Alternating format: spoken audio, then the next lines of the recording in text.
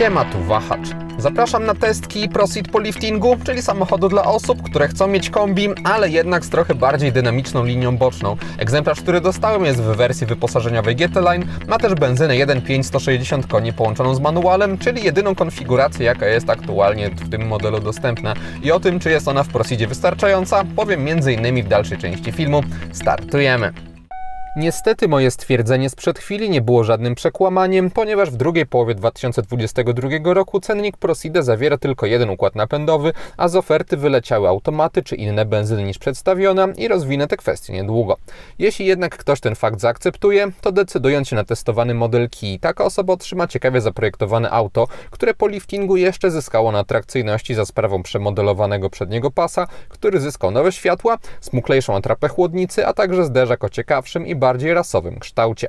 Z tyłu zmiany są mniejsze, ale też srebrna dokładka na dole zderzaka wygląda lepiej niż wcześniej i ogólnie modyfikacje te do ProSeeda zdecydowanie moim zdaniem pasują, ponieważ bryła nadwozia tego modelu ma w sobie sporo wyrazistości i im więcej podostrzających ją detali, tym lepiej. Też co ważne, jak na samochód łączący cechy kombi i coupé, co nazywa się fachowo shooting brake, obojętnie czy przed, czy po liftingu, nie czuje się tutaj niezgrabności czy ociężałości linii bocznej, a to nie zawsze w autach tego typu się udaje.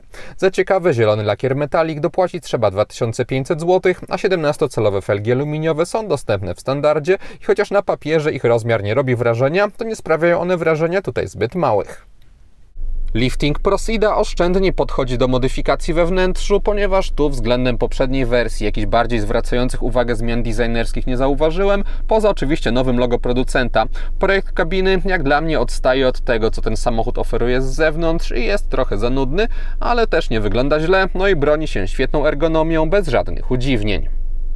Czas rozwinąć trochę temat obecnego cennika ProSeeda, ponieważ przez zawirowanie rynkowe w drugiej połowie 2022 roku względem na przykład roku 2021 z oferty usunięta została litrowa benzyna 120 koni, 1.5 TGDI 160 koni połączone z automatem i wyposażone w miękki układ hybrydowy albo nie, a także najmocniejszy wariant 1.6 204 konie zarezerwowany dla odmiany GT.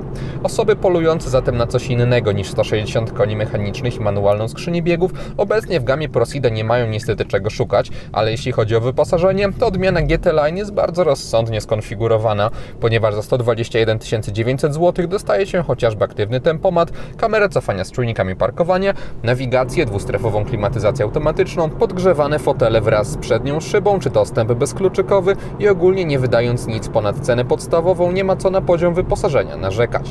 Testówka z kolei została doposażona we wszystko co się da, zatem doszły w niej elektroniczne zegary, audio JBL, elektryczna klapa bagażnika, szklany dach czy kilka dodatkowych systemów bezpieczeństwa, chociażby z Cross Traffic Alert. Jej cena wynosiła wraz z lakierem Metallic 138 900 zł. Opcje dodatkowe pogrupowane są w kilku pakietach, więc nie trzeba od razu kupować wszystkiego, tak jak w prezentowanym aucie.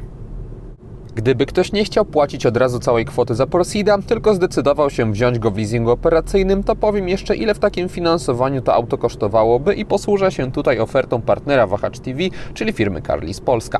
Przechodząc na kwoty netto, jako parametry weźmy 20% wpłatę własną, czyli 20 228 zł, 4-letni okres leasingu i wykup końcowy 30%, co daje 30 342 zł i wtedy miesięczna rata wynosi 1602 zł. W opisie filmu wrzuciłem link, gdzie można poprzesuwać suwaki zgodnie ze swoimi preferencjami, a na carlispolska.pl znaleźć można również wiele innych modeli. Skoro wiadomo, ile na ProSeeda trzeba wydać pieniędzy, warto odpowiedzieć sobie na pytanie, czy jest to dobry moment, aby to zrobić, to znaczy, czy nie warto może poczekać na ewentualny powrót innych układów napędowych, gdy sytuacja na świecie trochę się uspokoi, albo czy nie lepiej zapolować na egzemplarz używany.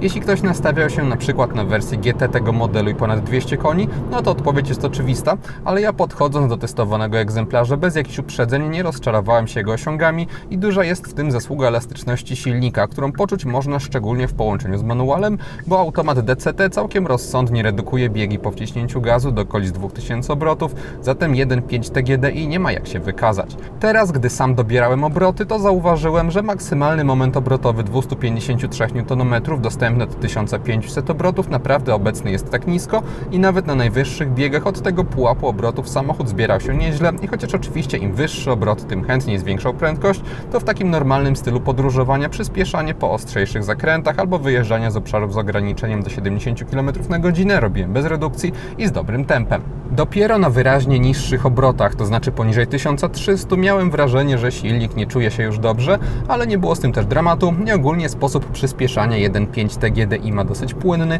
a ponieważ skrzynia zestrojona jest tak, że na szóstce przy 90 km na godzinę mam okolice 2000 obrotów, to w trasie przesadnie często zmieniać biegów nie musiałem i w konsekwencji jakoś za brakiem automatu nie tęskniłem. Sama procedura operowania lewarkiem zasługuje na ocenę dobrą z plusem, ponieważ biegi wchodzą gładko i bez nieprzyjemnych trudności, też precyzja z manualu Prosida dobra. We wrzucaniu kolejnych przełożeń czuję się również trochę przyjemnego oporu i sprężystości przy wskakiwaniu biegu na swoje miejsce, ale nie jest to poziom wyróżniający się i w takim aucie skrzynia mogłaby mieć jeszcze trochę bardziej sportowy charakter, stąd taka moja jej ocena, ale patrząc zdroworozsądkowo nic tej przekładni nie brakuje w codziennym użytkowaniu.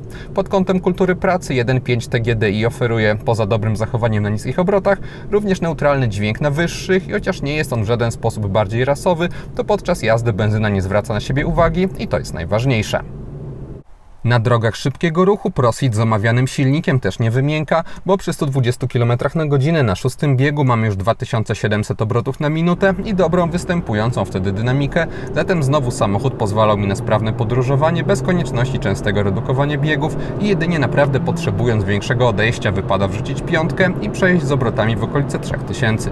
Nie ma też co 160 koni w testowanej Kii gloryfikować i nie jest to silnik zapewniający jakieś sportowe wrażenia i wbijanie w fotel, ale do sprawnej jazdy poza miastem nic więcej mi tutaj nie było trzeba. W terenie zabudowanym na dynamikę również nie ma co narzekać, a sprzęgło pracuje w Prosidzie dosyć lekko, więc chociaż do wygody automatu gdzieś w korkach i tak manualnie ma podejścia, to lewa noga nie będzie wtedy przesadnie cierpieć. Zwykła skrzynia w mieście wymaga jednak przyzwyczajenia, ponieważ ma ona dosyć długą jedynkę, zatem nie jest to bieg, tak jak nieraz to w dzisiejszych czasach bywa, tylko do ruszania, ale do około 20 km na godzinę lepiej na nim operować. Pod kątem spalania benzyna z testówki w Warszawie zużywała mi średnio 6,5 litra na setkę, na zwykłych drogach pozamiejskich komputer pokazywał 4,5-5 litrów, na ekspresówkach okolice 5,5 i 6 litrów, a na autostradach 7 litrów. Wspominany komputer w testowanym egzemplarzu wyświetlany jest na w pełni elektronicznym zestawie wskaźników z ekranem o przekątnej 12,3 cala. Jeśli chodzi o możliwości informacyjne tego rozwiązania, to nie są one jakieś powalające, można zmieniać tylko to, co będzie pomiędzy tarczami. Są wszystkie najważniejsze wskazania, jeśli chodzi o parametry jazdy i to by było na tyle. Przy pomocy menu na ekranie środkowym modyfikować można wygląd tarcz, przy czym wciąż są to zmiany wyłącznie kosmetyczne. Nie można modyfikować np. zawartości lewej czy prawej tarczy albo ustawić sobie mapy na całości, więc jak na współczesne standardy nie jest to rozwiązanie specjalnie rozbudowane, no ale dostęp do najważniejszych informacji jest tutaj prosty. Bezproblemowe jest również sterowanie komputerem z prawej strony kierownicy. Mamy też tutaj przyciski odpowiadające za obsługę aktywnego tempomatu. Z lewej strony z kolei obsługuje się system audio. Mamy też odbiór, odrzucanie połączeń. Ergonomia tego rozwiązania jest moim zdaniem wzorowa. Lepiej nie dało się też zaprojektować panelu klimatyzacji w pełni fizycznego, opartego o duże przyciski i pokrętła. Dobrze, że Kia przy okazji liftingu nic tutaj nie ruszała. Odświeżenia doczekał się za to system inforozrywki, który jest teraz wspólny z innymi nowymi modelami Kii, co oznacza, że mamy tutaj chociażby menu główne oparte o duże kafelki, których kolejnością można sobie w łatwy sposób sterować. Wewnątrz poszczególnych modułów można z kolei dzielić ekran pomiędzy poszczególnymi sekcjami informacyjnymi. Można też to w bardzo łatwy sposób wyłączyć. Jest to wygodne rozwiązanie, nie tylko na mapie działa, w innych miejscach również. Mamy bardzo dobrą jakość wyświetlonego obrazu oraz reakcję na dotyk. To są takie smartfonowe doświadczenia. Ustawienia są przejrzyste, niektóre bardziej graficznie podane, ale z grubsza jest to wszystko jednak oparte o klasyczne listy. Też dobrze te menu robią użytek z panoramiczności ekranu, te kategorie nadrzędne pozostają.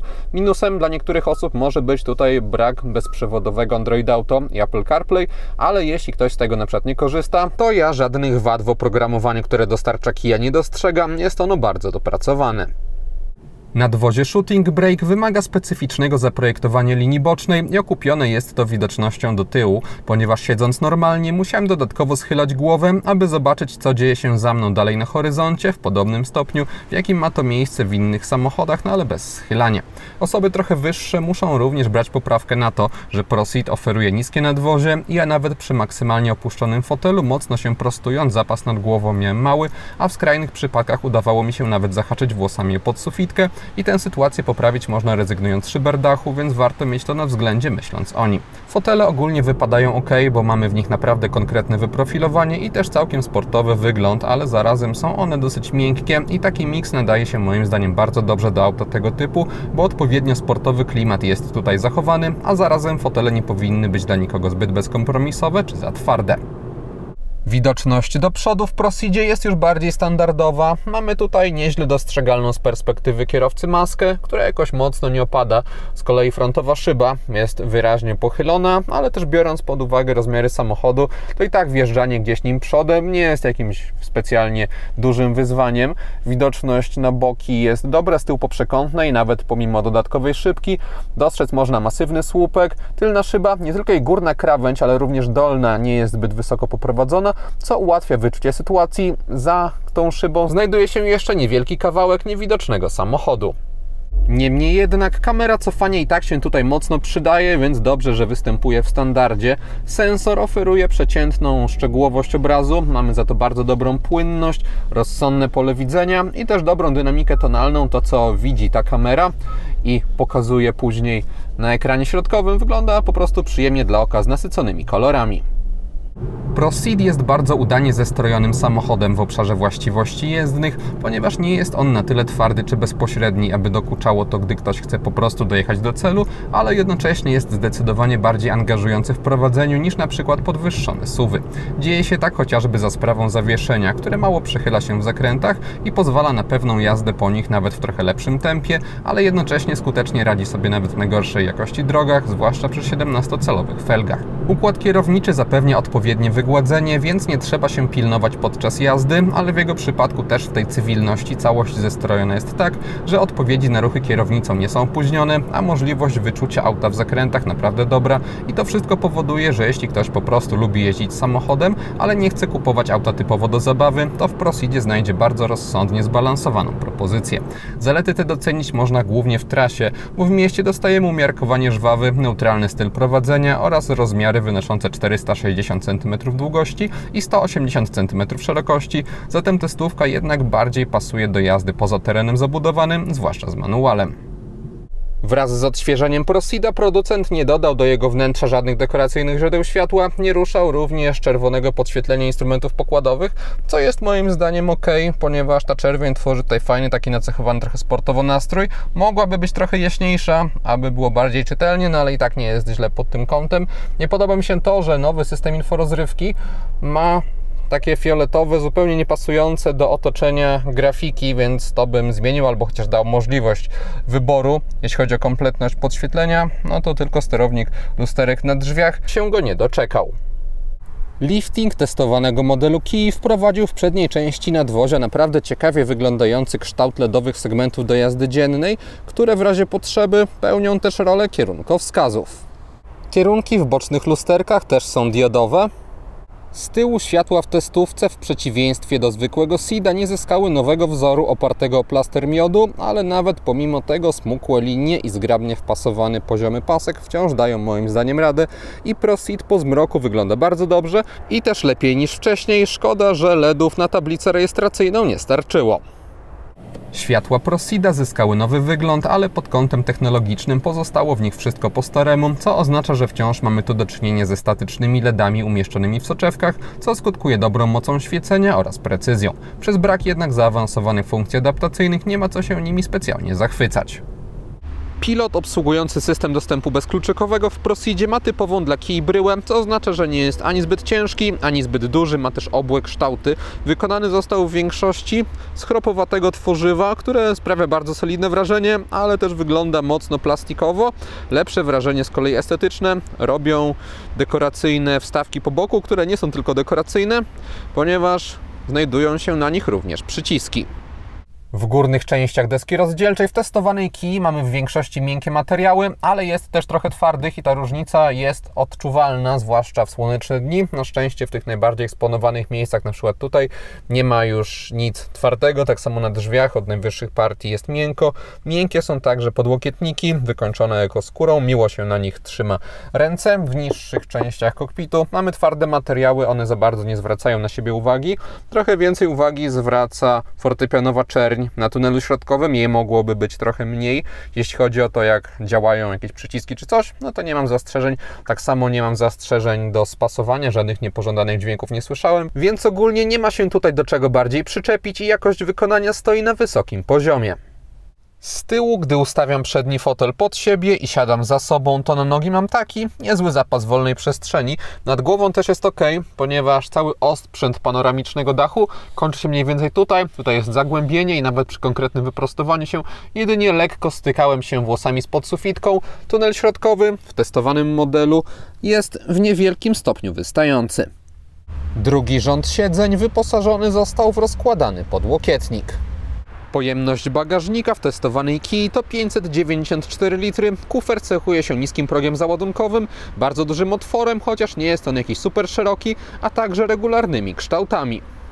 W lewym nadkolu znalazł się dodatkowy schowek. Po obu stronach mamy z kolei haczyki na jakieś torby. Są też dźwignie, które pozwalają w łatwy sposób złożyć oparcia tylnej kanapy. Pod podłogą są dodatkowe skrytki dostępne. Jedna taka bardziej głęboka i też kilka płytszych. Po złożeniu oparć w drugim rzędzie dostaje się maksymalne 1545 litrów przestrzeni na bagaże oraz płaską podłogę. Podsumowując, Kia Proceed to auto, które nie ma specjalnie konkurencji, ponieważ nadwozie tego typu jest domeną głównie segmentu premium, ale pomijając nawet ten fakt, testowany model to moim zdaniem świetne auto, które na różnych płaszczyznach powinno dawać satysfakcję z użytkowania, zaczynając od ciekawego wyglądu, przez łatwe w obsłudze wnętrze, na dopracowanych właściwościach jezdnych kończąc. Jeśli ktoś zatem nie potrzebuje możliwie pudełkowego w swojej bryle kombi, to Shooting Brake od Kii z czystym sumieniem polecam. Jeśli chodzi o ograniczone układy napędowe z kolei, to tylko wizja częstej jazdy w korkach zniechęcałaby mnie do tego, co można teraz w Proceedzie dostać. W innych scenariuszach, na przykład dominującej jazdy w trasie, bez oporów wziąłbym 160 koni i manuala. I to wszystko, co przygotowałem o Proceedzie. Dziękuję za uwagę i mam nadzieję, że jego test się podobał. Jeśli tak było, zachęcam do dania temu filmowi łapki w górę. Będzie mi z tego powodu bardzo miło. Zainteresowanym przypominam o Carlis Polska i ich ofercie. Jeśli ktoś nie ma, zapraszam również do subskrypcji kanału, ponieważ kolejne materiały na Wahacz TV pojawią się wkrótce. Na razie!